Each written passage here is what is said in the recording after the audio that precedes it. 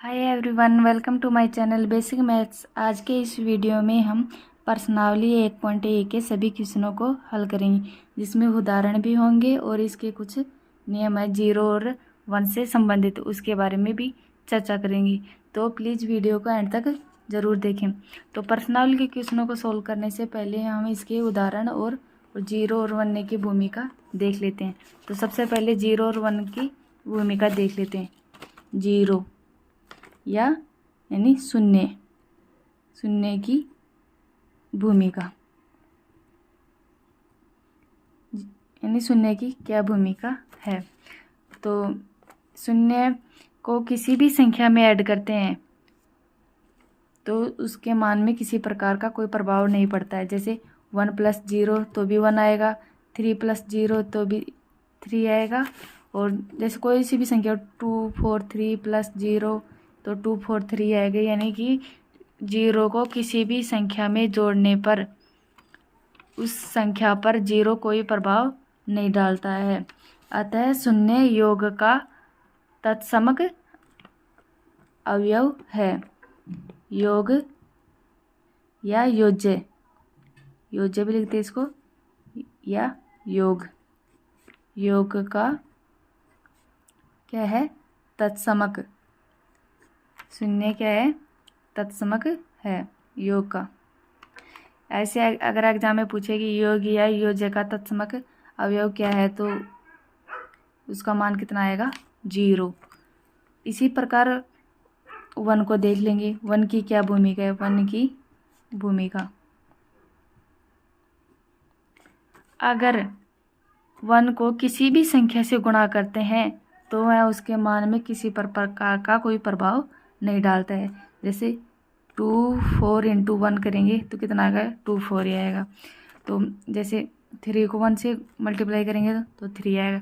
यानी कि 1 को किसी भी संख्या के साथ मल्टीप्लाई करते हैं तो 1 उस संख्या पर किसी प्रकार का कोई प्रभाव नहीं डालता है। तो 1 क्या हो गया, गुणन का तत्समक अवयव हो गया। तो गुणन का तत्समक क्या हो गया, 1। गुणन का तत्समक क्या हो गया, 1। तो इसके बारे में देख लिया। अभी योग और व्यवकलन से संबंधित कुछ नियम है, उनके बारे में भी देख लेते हैं। योग एवं व्यवकलन पर गुणन की वितरकता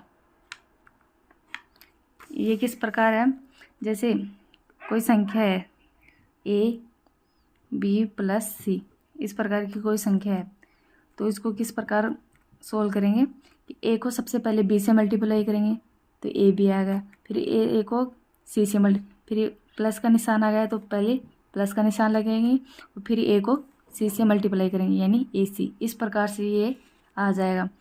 इसी प्रकार अगर माइनस में दी गई हो तो संख्या किस प्रकार से करेंगे, सबसे पहले a को b से गुणा करेंगे, फिर माइनस, यानी इसके बाद माइनस आ गया तो यहाँ पर माइनस लगा देंगे, फिर a को c से गुणा करके लिख देंगे। इस प्रकार से इसको नोट कर लेंगे। अब इसके एग्जाम्पल को देखते हैं।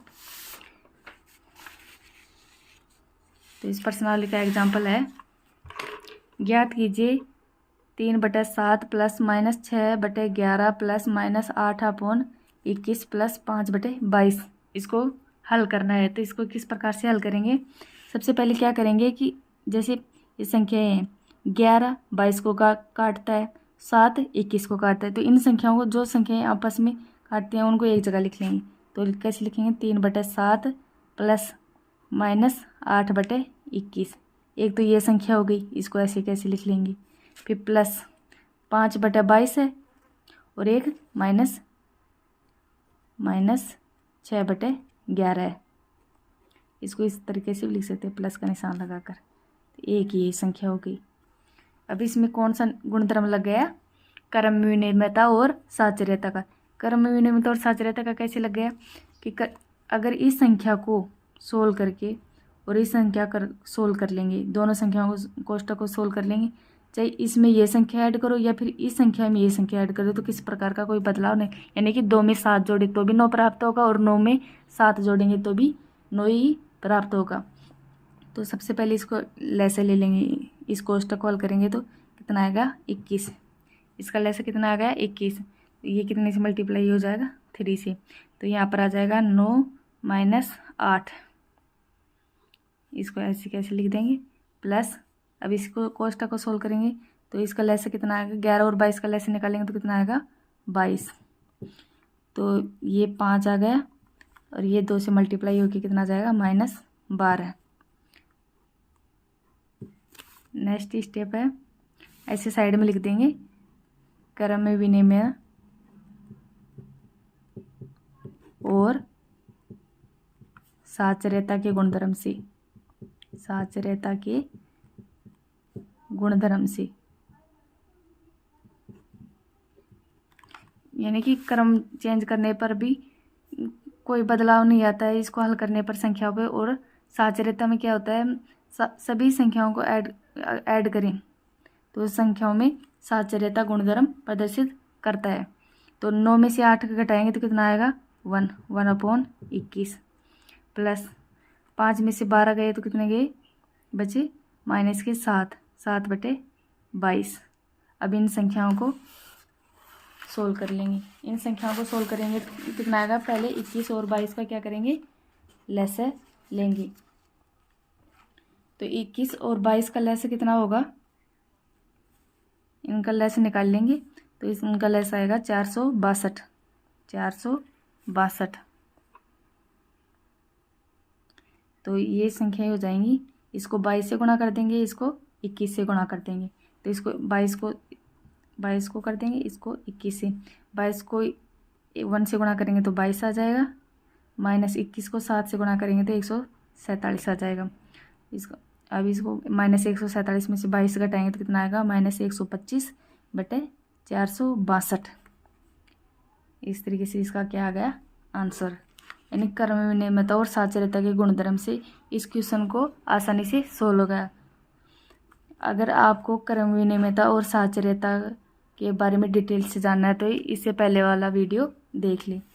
नेक्स्ट उदाहरण है, यानी सेकंड एग्जाम्पल है, ज्ञात कीजिए -4/5 गुणा 3/7 गुणा 15/16 गुणा -14/9 को सोल्व करेंगे तो इसका मान कितना प्राप्त होगा। सबसे पहले क्या करेंगे, ये सारी की संख्या क्या है मल्टीप्लाई में है, तो इनमें भी क्रम विनिमयता और साचर्यता का गुणधर्म लग जाएगा। कैसे लगेगा, पहले सबसे पहले क्या करेंगे -4/5।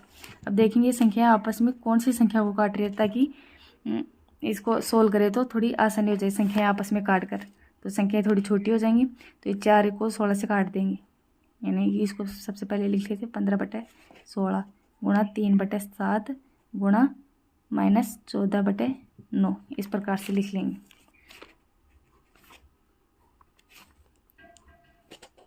ऐसे कोष्टक लगा लें।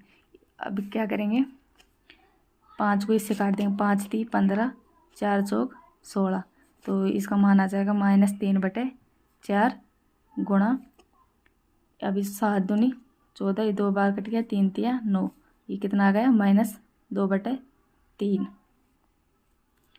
कितना आ गया -2/3।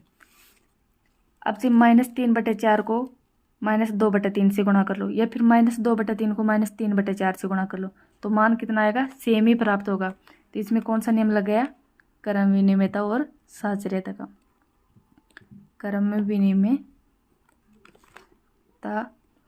और साचर्यता के गुणधर्म से, साचर्यता के गुणधर्म से इस तरीके से लिख देंगे। अब इसको सोल्व करेंगे तो कितना आएगा, पहले 2 को 4 से काट दिया, 3 से 3 कट गया, और माइनस को माइनस से गुणा करेंगे तो प्लस हो जाएगा, तो कितना मान प्राप्त हो गया। ये संख्या है तो माइनस की तो कट गई है, क्योंकि माइनस को माइनस से मल्टीप्लाई करने पर प्लस की संख्या आएगी, ये तो फिक्स है, तो ये प्लस की संख्या आएगी। ऊपर 1 और नीचे कितना बचा 2, तो इस 1/2 इसका आंसर आ गया। नेक्स्ट एग्जाम्पल देखेंगे, ज्ञात कीजिए 2/5 -3/7 -1/14 -3/7 गुणा 3/5। अब इसको हल करना है, किस प्रकार से करेंगे? तो सबसे पहले तो 2/5 लिख लेंगे गुणा -3/7, इस प्रकार से लिख लेंगे। अब क्या है, इस संख्या को पीछे लिख लेंगे और इन संख्याओं को आगे लिख लेंगे, तो इनके क्रम में थोड़े कोई प्रभाव नहीं पड़ेगा, क्योंकि ये क्रम विनिमयता के नियम से क्रम को आपस में बदलने पर किसी प्रकार का कोई प्रभाव नहीं पड़ता। तो -3/7 गुणा 3/5 -1/14, इस प्रकार से लिख लेंगे इनको। कौन से नियम से? क्रम विनिमयता के नियम से, यानी कि आपने क्या कर लिया, क्रम बदल लिया। तो इसमें कौन सा नियम लगा है? क्रम विनिमयता का।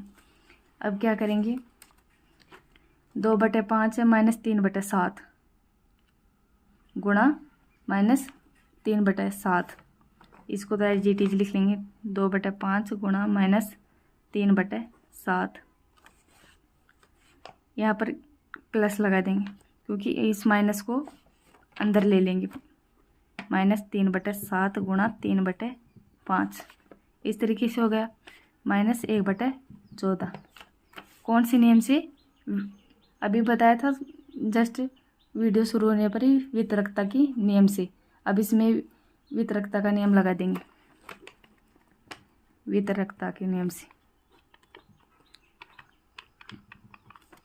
अब क्या करेंगे, -3/7 है, इसमें -3/7 है, इसमें से इस कंप्लीट कोष्टक में से और इस कोष्टक में से -3/7 कॉमन ले लेंगे। -3/7 बाहर ले लिया, तो अंदर क्या बच गया, यहाँ से तो क्या बच गया 2/5 प्लस यहाँ पर क्या बच गया, -3/7 को बाहर ले लिया, तो यहाँ पर क्या बचा 3/5, और बीच में प्लस का निशान है तो प्लस का लगा दिया। -1/14, इस संख्या को ऐसे कैसे लिख देंगे। अब इनको सोल्व कर लेंगे, इनको सोल्व करेंगे तो इनका लैसर तो कितना आ गया 5, -3/7, तो लैसर इनका आ गया 5, और 2 + 3, इस प्रकार से लिख लेंगे इनको, -1/14। अब बराबर कैसे, अब इसको हल करेंगे तो कैसे आएगा, -3/7 एज इट इज लिख लेंगे, और 3 में 2 जोड़ेंगे कितना आएगा 5, और 5/5 कट जाएगा, तो इसका मान कितना आएगा 1 आ जाएगा, तो -1/14, इस प्रकार से लिख लेंगे। अब इसको करेंगे -3/7, यानी कि 1 से गुणा करेंगे तो कितना आएगा, -3/7 ही आएगा, और -1/14। अब इसको हल करेंगे तो इनका लैसा कितना आएगा 14, ये 2 से मल्टीप्लाई हो जाएगा, तो ये -6 -1/14, और -1 में -6 जोड़ेंगे तो कितना आएगा -7/14, और 7 को 14 से गुणा काटेंगे तो कितना आएगा 1/2, वो भी किसका, माइनस का, क्योंकि माइनस का चिन्ह तो साथ ही चल रहा है, तो माइनस का 1/2, इस प्रकार से इसका आंसर निकाल लेंगे। अब इसके प्रश्नावली के क्वेश्चनों को हल करते हैं। प्रश्नावली के क्वेश्चन है, पहला क्वेश्चन है, निम्नलिखित प्रश्न में गुणन के अंतर्गत उपयोग किए गए गुण का नाम लिखिए, यानी कि इस क्वेश्चन में कौन से गुणधर्म का पालन किया गया है। तो इसको किस प्रकार सोल्व करेंगे, जब -4/5 गुणा 1 बराबर 1 गुणा -4/5 बराबर -4/5 आ रहा है, तो मैंने क्या कहा था अभी कि किसी भी एक को किसी भी संख्या से गुणा करें तो उसका मान कितना प्राप्त होगा, वो संख्या ही प्राप्त होगी। तो उसमें क्या है, कौन सा नियम लगा था, गुणनात्मक तत्समकता का। तो इसका आंसर हो जाएगा गुणनात्मक तत्समक। नहीं, गुणनात्मक तत्समक कितना होता है 1 क्या है, इसमें -4/5 को 1 से गुणा किया, फिर 1 को -4/5 से गुणा किया, और इसका 1 से इनको गुणा किया तो कितना आया -4/5, यानी कि 1 को इन संख्याओं से मल्टीप्लाई करने पर संख्या में कोई चेंज नहीं आ रहा। तो इसमें कौन सा नियम लग गया है, गुणनात्मक तत्समकता का।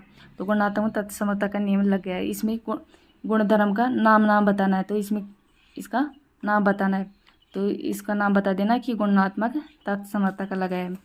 नेक्स्ट है, ये है -13/17 गुणा -2/7 बराबर -2/7 गुणा -13/17। तो इसमें क्या है कि पहले तो ये संख्या -13/17 गुणा -2/7 ऐसे लिख रखा है। फिर इनको क्या कर दिया, इनके क्रम को चेंज कर दिया, यानी कि -2/7 आगे लिख दिया और -13/17 को पीछे लग दिया, यानी कि इनके क्रम को बदल दिया। तो इसमें कौन सा नियम लग जाएगा, क्रम विनिमेयता का। इस प्रकार से देख लें तो इसमें लिख देना क्रम विनिमेयता गुणधर्म इक्वल टू क्रम विनिमेयता, इस प्रकार से लिखना है।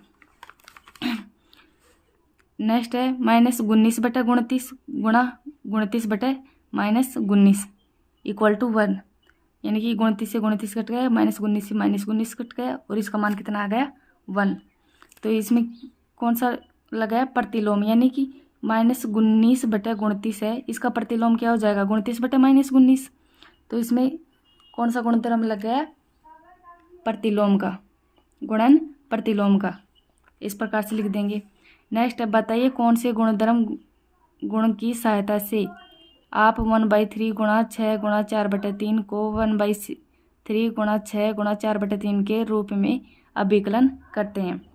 तो इसमें कौन सा, इस पहले वाली वीडियो में बताया था कि कोई संख्या है जैसे a गुणा b गुणा c, इस प्रकार की कोई संख्या है और वो संख्या a गुणा b गुणा c के इक्वल टू आ जाए, तो इसमें किसका लगेगा गुणधर्म, गुणन के साचर्यता नियम का, गुणन के साचर्यता का।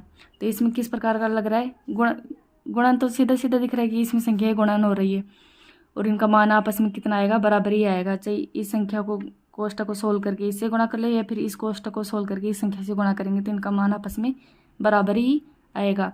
तो इसमें साचर्यता के गुणधर्म लग रहा है, तो इसमें लिख देंगे कि इसमें साचर्यता की सहायता से इसको हल करेंगे। अगर आपके ये क्वेश्चन समझ में आए तो प्लीज़ वीडियो को सब्सक्राइब ज़रूर करें। Thank you watching for my video.